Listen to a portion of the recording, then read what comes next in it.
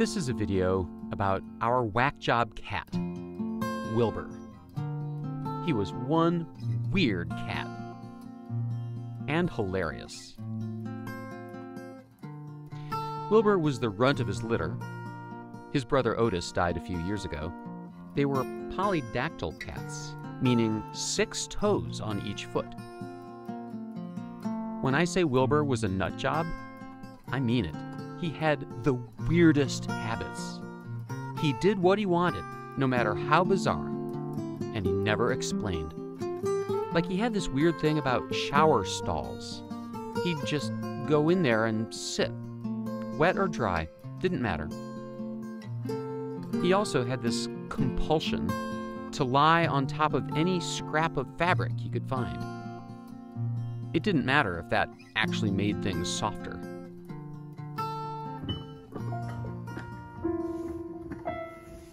And he loved pianos.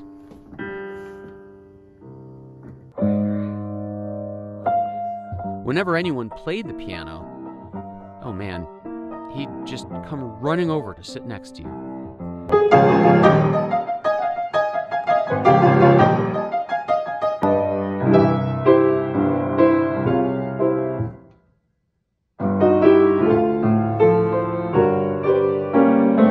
At one point, we had a bunch of red foam clown noses. Wilbur made it his mission to find them and bring them to us as an offering.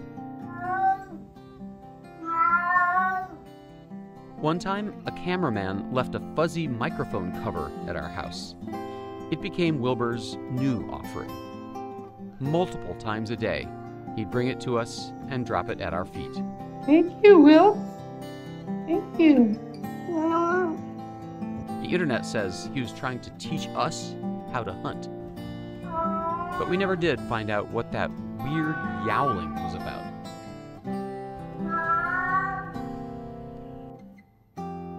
If Wilbur weren't a cat, he'd probably have been a parrot. He loved riding on our shoulders. Or maybe he'd have been a person. I think he secretly wanted to be a person. Everything he saw us doing, he wanted to do. I mean, he drank from people water glasses. Or why even bother with the glass? Obviously, that water tasted much better than the same water we put into his bowl.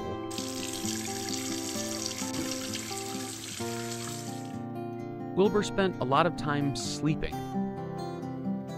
in the weirdest positions. Sometimes he got himself knotted up. I mean, do these positions look comfortable? His favorite way to sleep, though, was on our legs. Wow, did he love legs.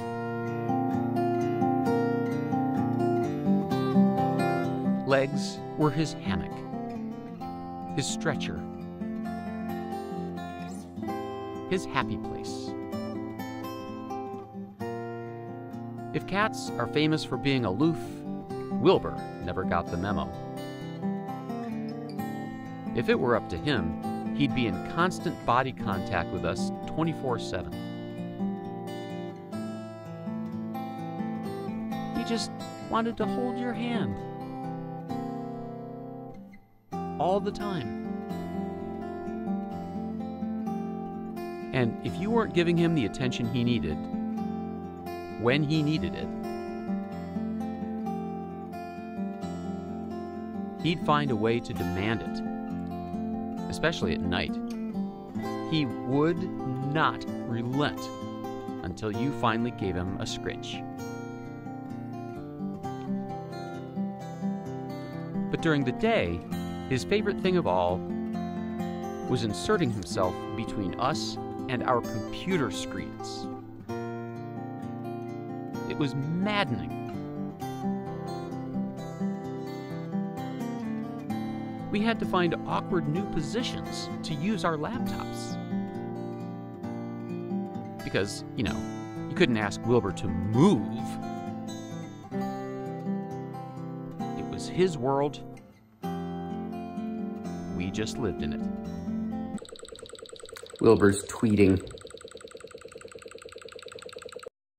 You couldn't do a Zoom call without Wilbur on camera. These young kids today. You couldn't shoot a TV story without him either. Why can't they He watch actually got videos kind of and famous not for his on cameos. I get up, I make a list of things that I have to do. Good boy. Wilbur got really old, and he had a couple of medical problems, but he didn't seem to notice. Does this look like a cat who's about to turn 23? The vet was amazed.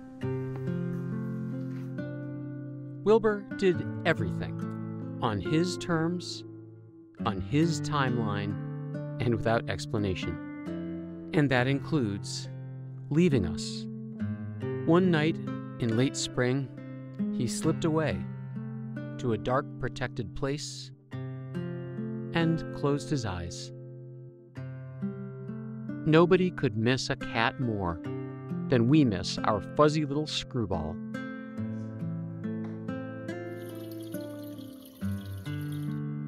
And nobody could remember a cat more fondly than we'll remember him.